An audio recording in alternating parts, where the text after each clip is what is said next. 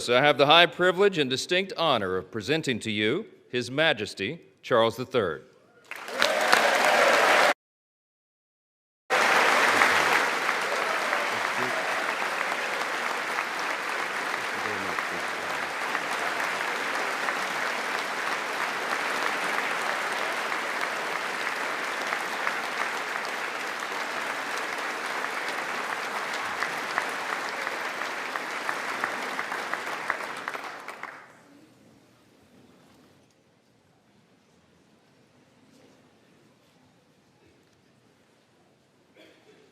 Mr. Vice President, Mr. Speaker, members of Congress, representatives of the American people across all states, territories, cities, and communities.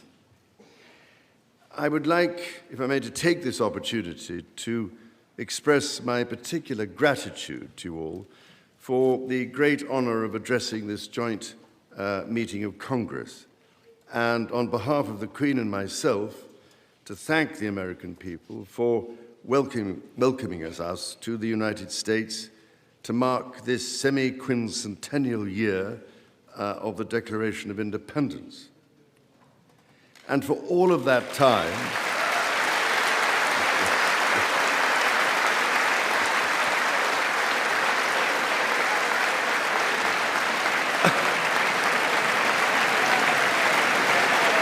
aren't you lucky?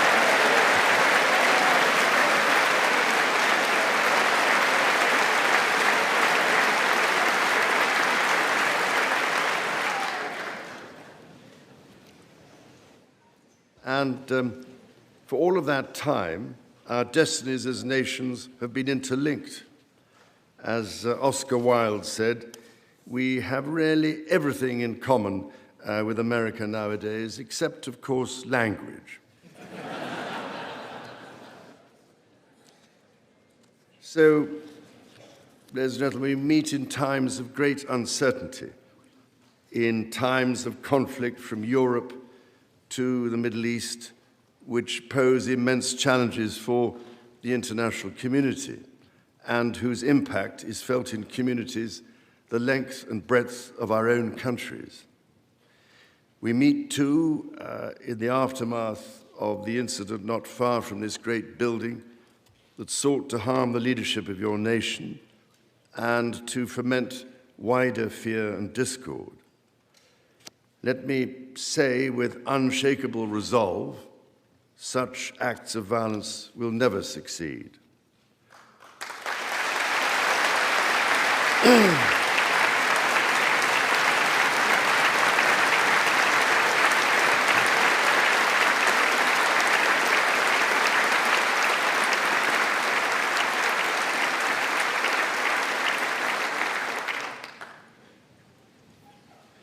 Whatever our differences, whatever disagreements we may have, we stand united in our commitment to uphold democracy, to protect all our people from harm, and to salute the courage of those who daily risk their lives in the service of our countries.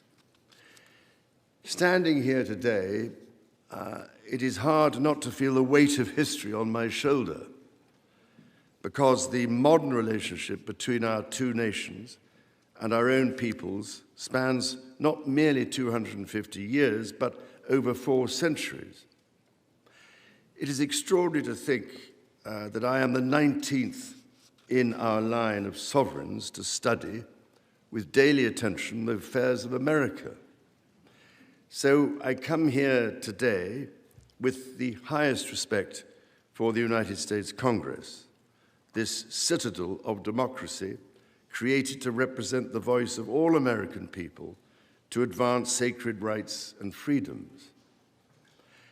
Speaking in this renowned chamber of debate and deliberation, I cannot help but think of my late mother, Queen Elizabeth, who in 1991 was also afforded this signal honor and similarly spoke under the watchful eye of the Statue of Freedom above us.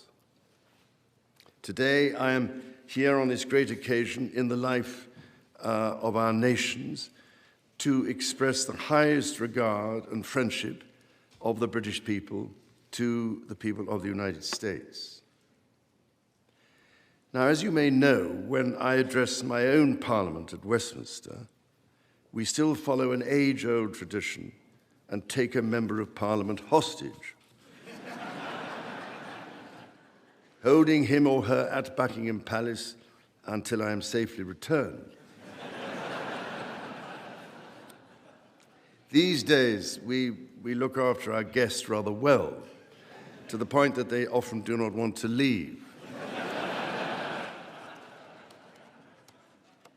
I don't know, Mr. Speaker, if there were any volunteers for that role here today. As I look back across the centuries, Mr. Speaker, there emerge certain patterns, certain self-evident truths from which we can learn and draw mutual strength. With the spirit of 1776 in our minds, we can perhaps agree that we do not always agree, at least in the first instance. Indeed, the very principle on which your Congress was founded, no taxation without representation, was at once a fundamental disagreement between us, and at the same time a shared democratic value which you inherited from us. Ours is a partnership born out of dispute, but no less strong for it. So perhaps in this example, we can discern that our nations are in fact instinctively like-minded, a product of the common democratic, legal, and social traditions in which our governance is rooted to this day. Drawing on these values and traditions, time and again, our two countries have always found ways to come together. And by Jove, Mr. Speaker, when we have found that way to agree, what great change is brought about, not just for the benefit of our peoples, but of all peoples. This, I believe, is the special ingredient in our relationship. As President Trump himself observed during his state visit to Britain last autumn, the bond of kinship and identity between America and the United Kingdom is priceless and eternal. It is irreplaceable and unbreakable.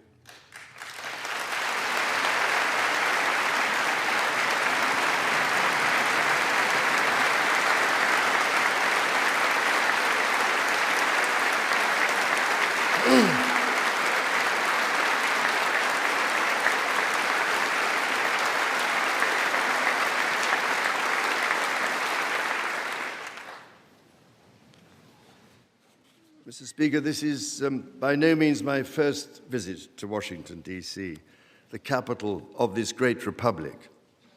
It is, in fact, my 20th visit to the United States and my first as King and head of the Commonwealth. This is a city which symbolizes a period in our shared history, or what Charles Dickens might have called a tale of two Georges.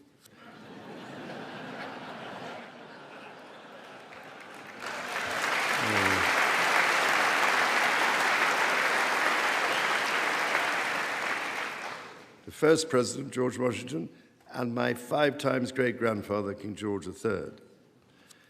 King George, as you know, never set foot in America, and please rest assured, ladies and gentlemen, I am not here as part of some cunning rearguard action.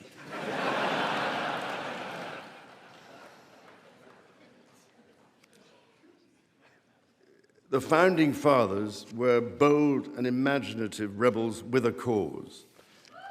250 years ago, or as we say in the United Kingdom, just the other day,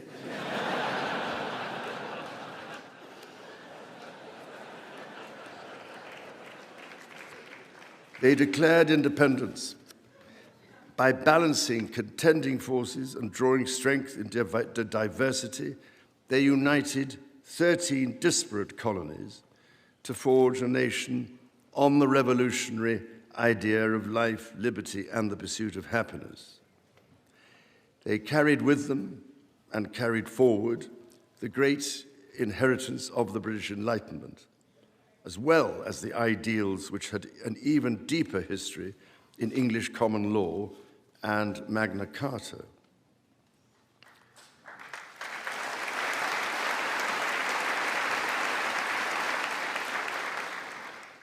These roots run deep, and they are still vital. Our Declaration of Rights of 1689 was not only the foundation of our constitutional monarchy, but also provided the source of so many of the principles reiterated, often verbatim, in the American Bill of Rights of 1791. And those roots go even further back in history. The US Supreme Court Historical Society has calculated that Magna Carta is cited in at least 160 Supreme Court cases since 1789, not least as the foundation of the principle that executive power is subject to checks and balances.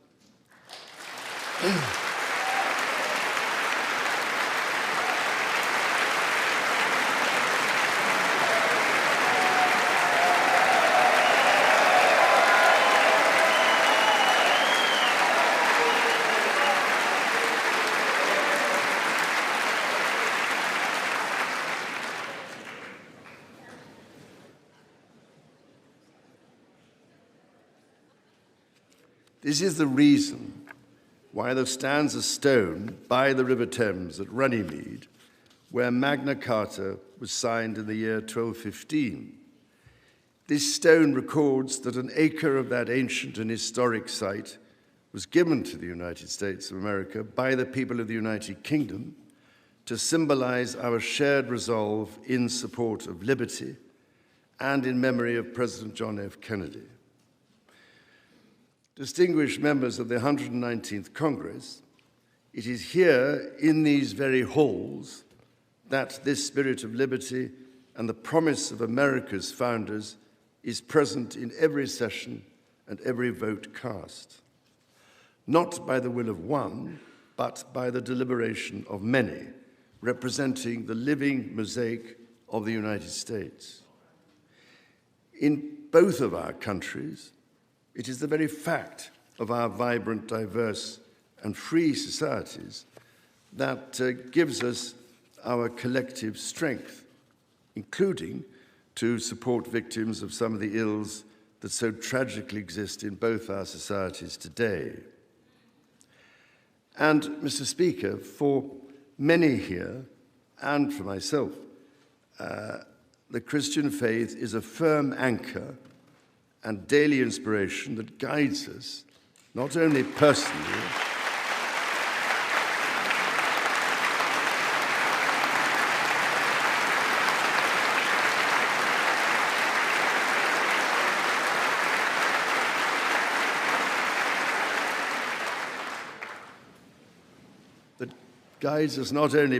but together as members of our community.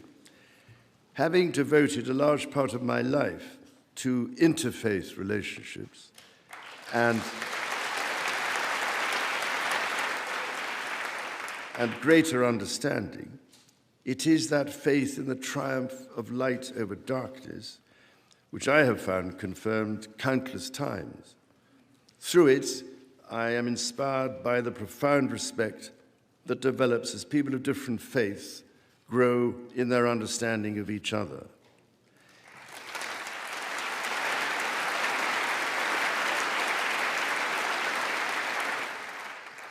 It is why, it is my hope, my prayer, that in these turbulent times, working together and with our international partners, we can stem the beating of plowshares into swords. I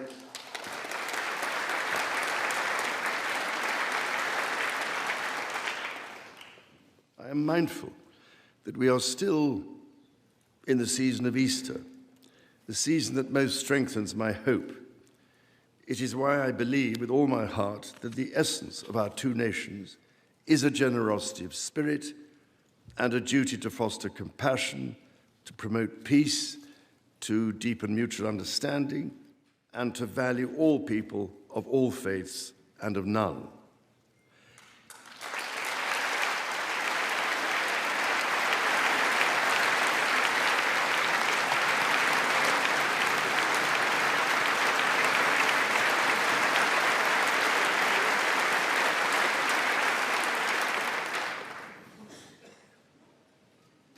The alliance that our two nations have built over the centuries, and for which we are profoundly grateful to the American people, is truly unique.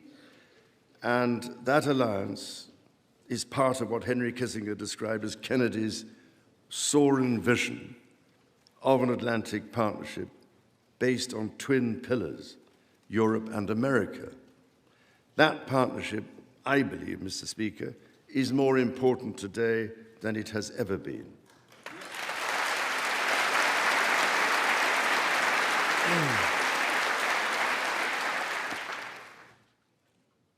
The first reigning British sovereign to set foot in America was my grandfather, King George VI.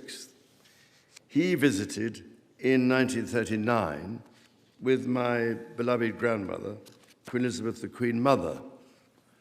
The forces of fascism in Europe were on the march, and sometime before the United States had joined us in the defense of freedom, our shared values prevailed.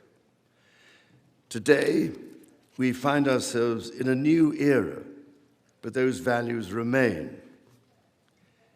It is an era that is in many ways more volatile and more dangerous than the world to which my late mother spoke in this chamber in 1991. The challenges we face are too great for any one nation to bear alone. But in this unpredictable environment, our alliance cannot rest on past achievements or assume that foundational principles simply endure. As my Prime Minister said last month, ours is an indispensable partnership. We must not disregard everything that has sustained us for the last 80 years.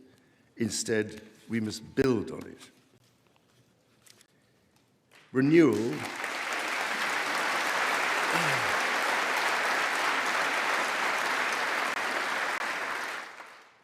Renewal today starts with security. The United Kingdom recognizes that the threats we face demand a transformation in British defense. That is why our country, in order to be fit for the future, has committed to the biggest sustained increase in defense spending since the Cold War, during part of which, over 50 years ago, I served with immense pride in the Royal Navy, following in the naval footsteps of my father, Prince Philip, Duke of Edinburgh, my grandfather, King George VI, my great-uncle, Lord Mountbatten, and my great-grandfather, King George V. This year, of course, also marks the 25th anniversary of 9/11. This atrocity was a defining moment for America, and your pain and shock were felt around the whole world. During my visit to New York, my wife and I will again pay our respects to the victims, the families, and the bravery shown in the face of terrible loss. We stood with you then, and we stand with you now in solemn remembrance of a day that shall never be forgotten.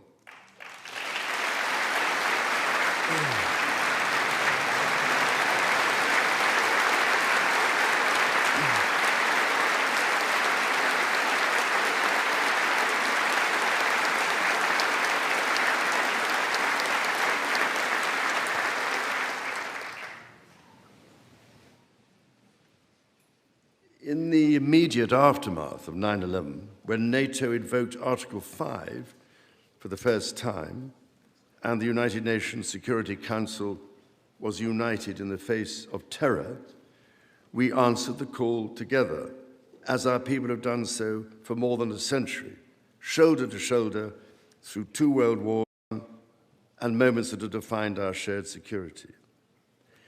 Today, Mr. Speaker, that same unyielding resolve is needed for the defense of Ukraine and her most courageous people.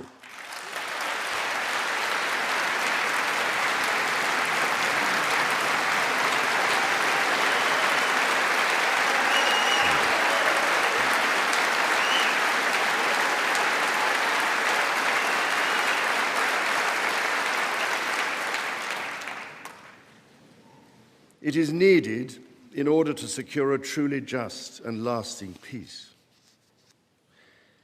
From the depths of the Atlantic to the disastrously melting ice caps of the Arctic, the commitment and expertise of the United States Armed Forces and its allies lie at the heart of NATO, pledged to each other's defense, protecting our citizens and interests, keeping North Americans and Europeans safe from our common adversaries. Our defense, intelligence, and security ties are hardwired together through relationships measured not in years, but in decades. Today, thousands of US service personnel, defense officials and their families are stationed in the United Kingdom, as British personnel serve with equal pride across 30 American states. We are building F-35s together, and we have agreed the most ambitious submarine program in history, AUKUS.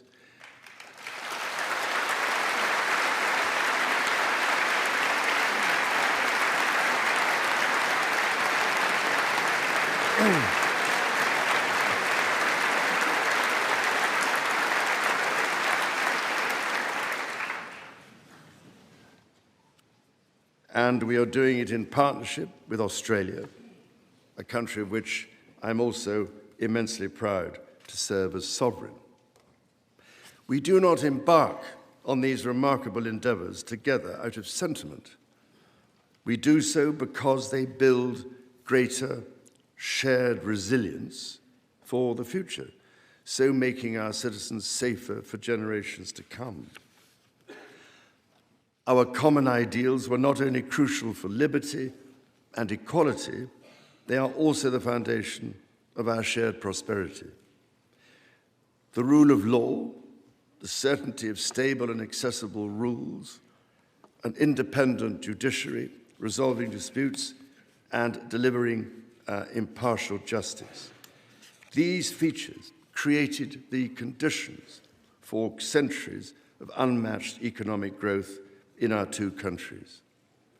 This is why our governments are concluding new economic and technology agreements to write the next chapter of our joint prosperity and ensure that British and American ingenuity continues to lead the world. Our nations are combining talent and resources in the technologies of tomorrow. Our new partnerships in nuclear fusion and quantum computing and in AI and drug discovery, holding the promise of saving countless lives. More broadly, we celebrate the $430 billion in annual trade that continues to grow, the $1.7 trillion in mutual investment that fuels that innovation, and the millions of jobs on both sides of the Atlantic, supported across both economies. These are strong foundations on which to continue to build for generations yet unborn.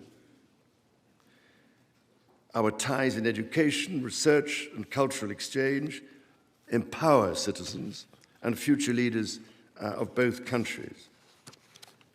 The Marshall Scholarship, named after the great General George Marshall, and the association of which I am so proud to be patron, are emblematic of the connection between our two countries. Since its founding, more than 2,300 scholarships have been awarded, opening doors for Americans from all walks of life to study at the United Kingdom's leading universities. So as we look toward the next 250 years, we must also reflect on our shared responsibility to safeguard nature, our most precious and irreplaceable asset.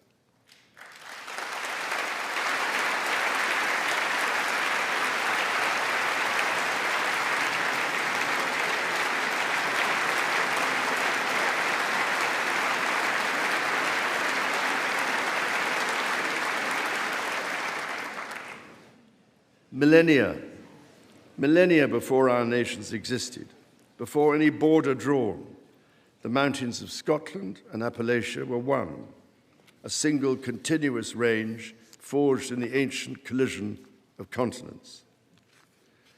The natural wonders of the United States of America are indeed a unique asset, and generations of Americans have risen to this calling.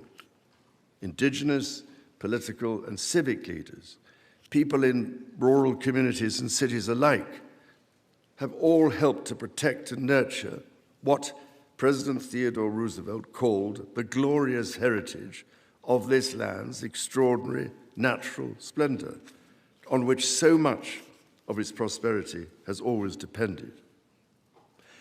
Yet, even as we celebrate the beauty that surrounds us, our generation must decide how to address the collapse of critical natural systems, which threatens far more than the harmony and essential diversity of nature. We ignore at our peril the fact that these natural systems, in other words, nature's own economy, provide the foundation for our prosperity and our national security.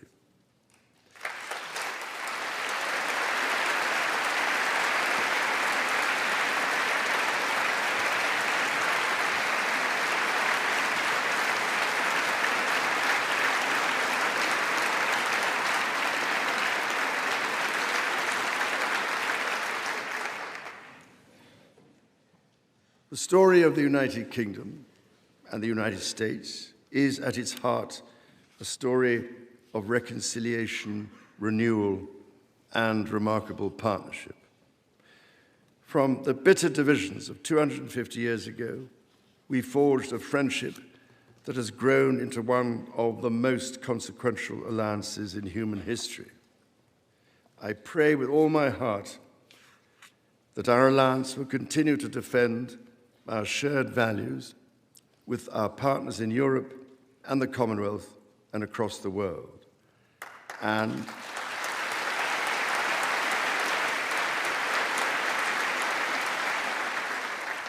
that we ignore the clarion calls to become ever more inward-looking. Mr. Speaker, Mr. Vice President, distinguished ladies and gentlemen, America's words carry weight and meaning, as they have since independence. The actions of this great nation matter even more.